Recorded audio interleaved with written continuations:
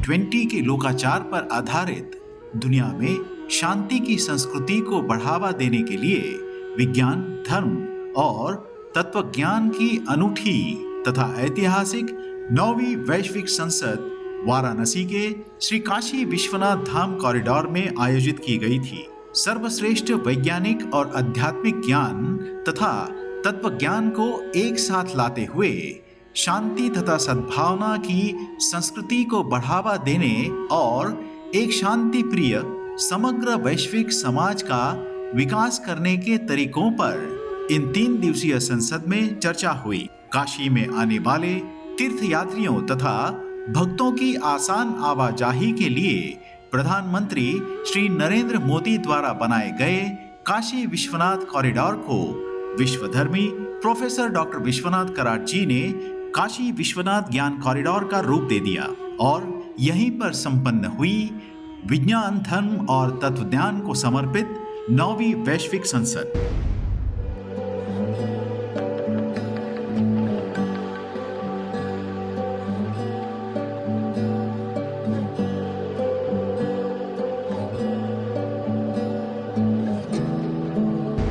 उत्तर प्रदेश के पूर्व सांसद तथा अयोध्या के प्रसिद्ध विचारक डॉक्टर राम विलास वेदांती ने सभा को संबोधित किया। भारत माता की। सभी लोग दोनों भुजाओं उठाकर बोलेंगे, भारत माता की, गौ माता की, गंगा माता की, भगवान विश्वनाथ की, भगवान विश्वनाथ की, हर हर महादेव। ओम नमः परमहंसास्वादित चरणकमल चिन्मकरंदाय भक्तजनमानस निवासाय श्री रामचंद्राय। यहाँ पर उपस्थित मंचीय सभी महानुभावों, हमारे MIT के विश्व शांति केंद्र के संस्थापक डॉक्टर विश्वनाथ कराड जी, डॉक्टर विश्वनाथ कराड के इन सभी परिकरों के साथ में अपने को पाकर बड़ी प्रसन्नता हो रही है। हमारे संजय उपाध्याय जी ने प्रारंभ किया अद्वैत से और मैं समापन करना चाहता हूं विशिष्टाद्वैत से।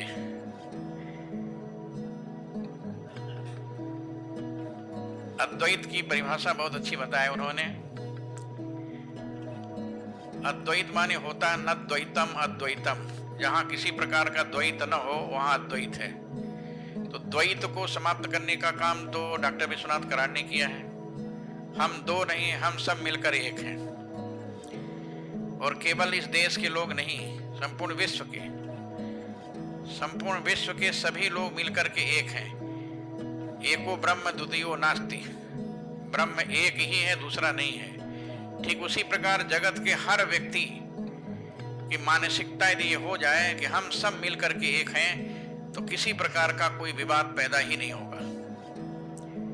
और इसी विषय को लेकर सारे विश्व में विवाद फैला हुआ है कि हम एक नहीं, हम अनेक हैं। लेकिन हम अनेकता में एकता को देखते हैं। अनेक होते हुए भी हम एक हैं। हमारा जो सिद्धांत है, हम अनेकता में एकता को देखते हैं और इस एकता में अनेकों को सम्मिलित करते हैं। इसलिए हमारे यहाँ शास्त्रों में लिखा है, ये सूक्ष्म चिद अचिद विशिष्ट जगत जो है, स्थूल चिद विशिष्ट जगत सूक्ष्म चिद अचिद विशिष्ट ब्रह्म से आया है। इसलिए ब्रह्म एक है। अभी मैं सुन रहा था, कुछ समझा कुछ नहीं समझा। भागवत का एक प्रसंग मुझे याद है। विज्ञान कुछ भी अणु और परमाणु को लेकर के 26 किलोमीटर की यात्रा किया हमारे डॉक्टर साहब ने। लेकिन मुझे एक आश्चर्य होता है, आज भी आश्चर्य होता है जब मैं भागवत की कथा कहता हूँ कि एक माँ के गर्भ से दूसरी माँ के गर्भ में बालक को डाल दिया गया, वो जिंदा बालक निकला।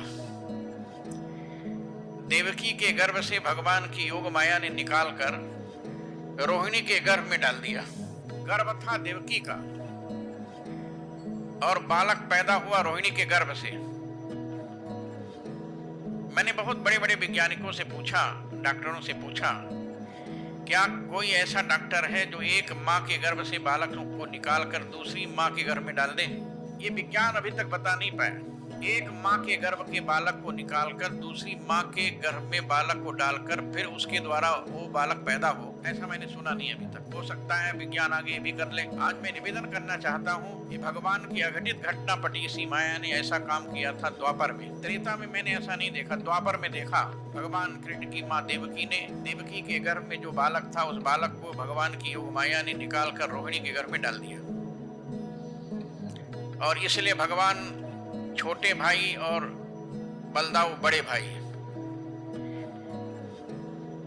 ये विज्ञान कहां तक कर सकता है इसको मैं समझता नहीं,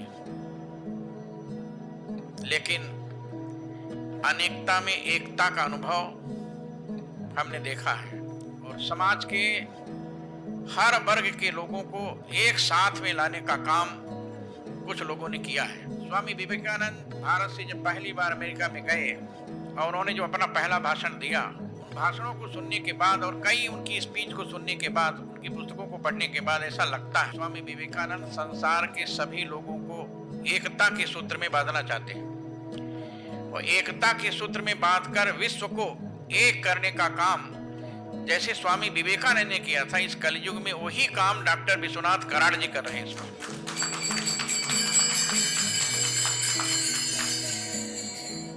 मैंने प्रत्यक्ष अनुभव के रूप में देखा MIT में विश्व के सभी धर्मों का जो अद्भुत दृश्य प्रस्तुत किया एक मंदिर के रूप में, जहां पर भगवान शंकराचार्य जी हैं, जहां भगवान रामानुजाचार्य जी हैं, जहां भगवान राम हैं, जहां भगवान कृष्ण हैं, जहां बुद्ध हैं, जहां जैन हैं, जहां मोहम्मद साहब हैं, जहां ईसा मसीह हैं।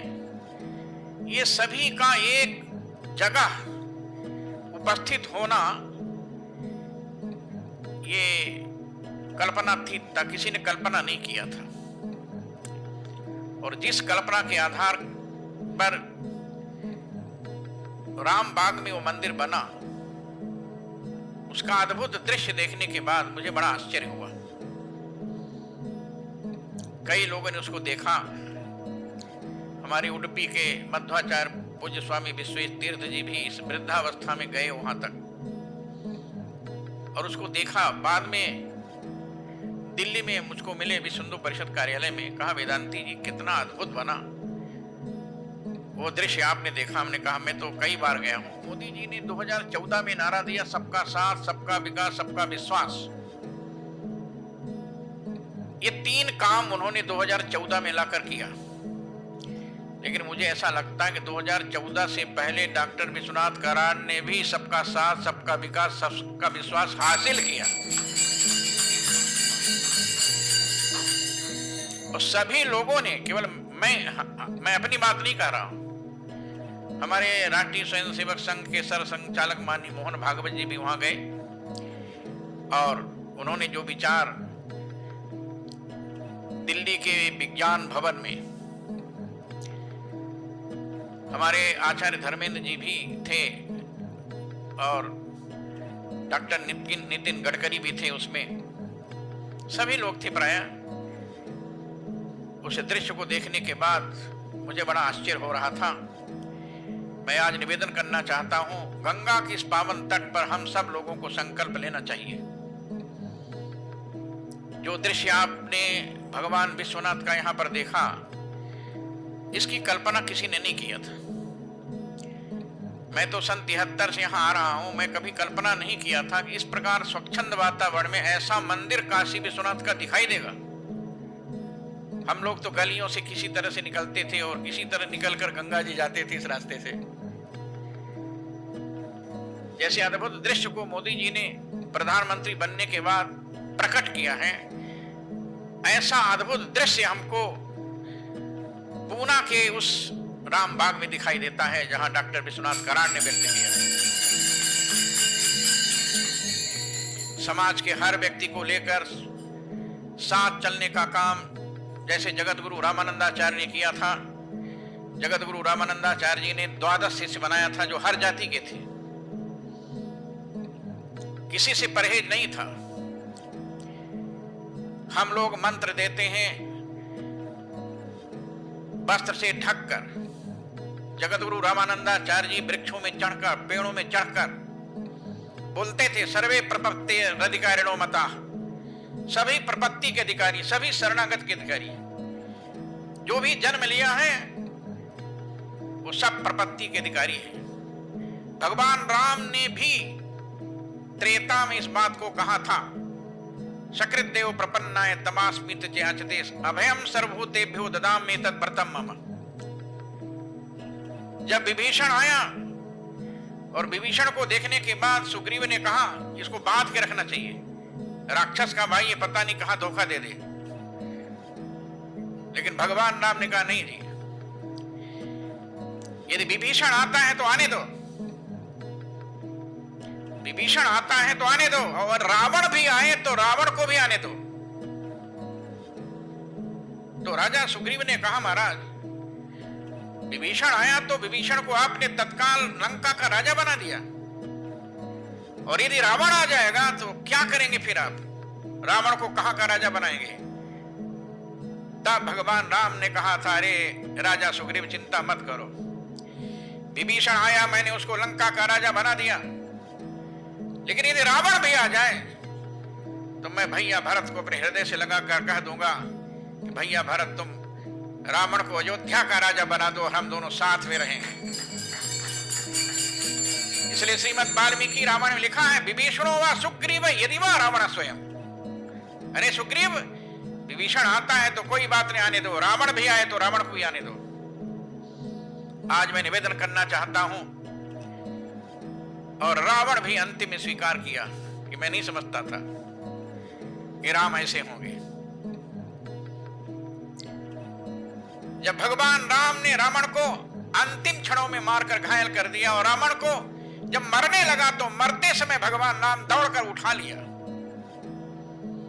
तो उठा करके कहा, रावण प्रया ही जाना भी रणर्दितस्तम प्रविश्य रात्रिम चर राजलंकाम आश्वस निर्याहि रथी च धन्वी तदा बलम प्रेक्षस में रथस्थ। जाओ रावण, लंका लौट जाओ, खा पी कर जब हिट पुट हो जाना तो युद्ध करने के लिए फिर आ जाना। आश्चर्य हो गया। रावण ने मंदोदरी से जाकर कहा, ऐसा मनुष्य नहीं देखा मैंने आज तक, राम मनुष्य नहीं हो सकते। मरते हुए मुझको राम ने कह दिया कि जाओ लंका, खा पीकर हिट पुट होकर तब आना, तब युद्ध करेंगे तुमसे। ऐसी मर्यादा, ऐसा आचरण, ऐसा व्यवहार, ऐसा दृश्य विश्व के किसी भी योद्धा ने दुनिया के सामने प्रस्तुत नहीं किया जैसा भगवान राम ने किया।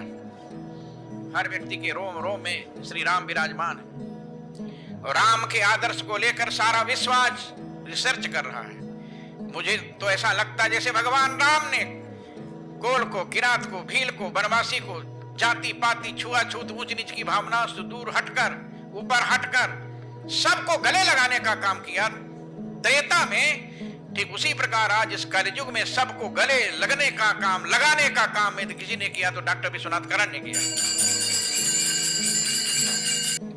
मैं तो गंगा के पावन तट पर भगवान विश्वनाथ के सामने अपनी दोनों भुजाओं उठाकर भगवान से प्रार्थना करता हूं कि हम सब लोगों की आयु डॉक्टर विश्वनाथ करण को लगे। नासिक में हजारों लोग, जब हम लोग यात्रा में निकले और वहां का राम मंदिर, जिस राम मंदिर में जाने से लोग कहते थे कि यहां पर ये दलित नहीं जा सकता है, अछूत है, जा नहीं सकता था, भगवान राम ने कभी किसी को अछूत माना?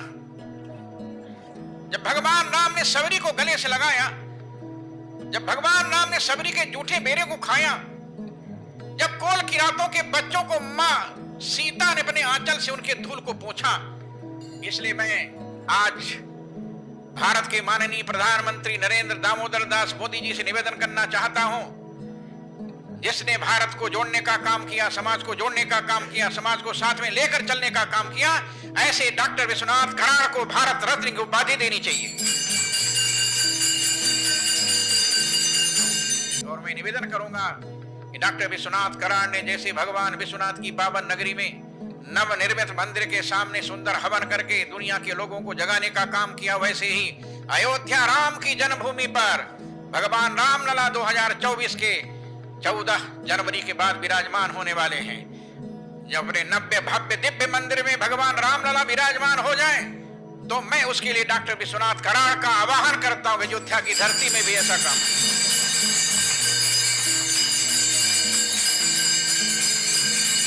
ये सरजू की पावन धारा गंगा में मिली है, और ये गंगा की पावन धारा सभी नदियों को साथ में लेकर के गंगा सागर में मिली है। गंगा सागर किसी एक नदी का जल नहीं है, हमारे देश की सभी नदियों का जल मिलकर गंगा सागर होता है। मैं चाहता हूं सभी लोग मिलकर आपस में गंगा सागर बनाने का काम करें, और जब गंगा सागर के रूप में समाज का हर व्यक्ति जुड़ेगा, हर जाति जुड़ेगा, हर संप्रदाय जुड़ेगा, हर व्यक्ति जुड़ेगा, तो समाज को एक नई दिशा मिलेगी। तब फिर मोदी का वह नारा चरितार्थ होगा, सबका साथ, सबका विकास और सबका विश्वास। इस नारे को साथ में लेकर हम सब मिलकर समाज को जोड़ने का काम करें।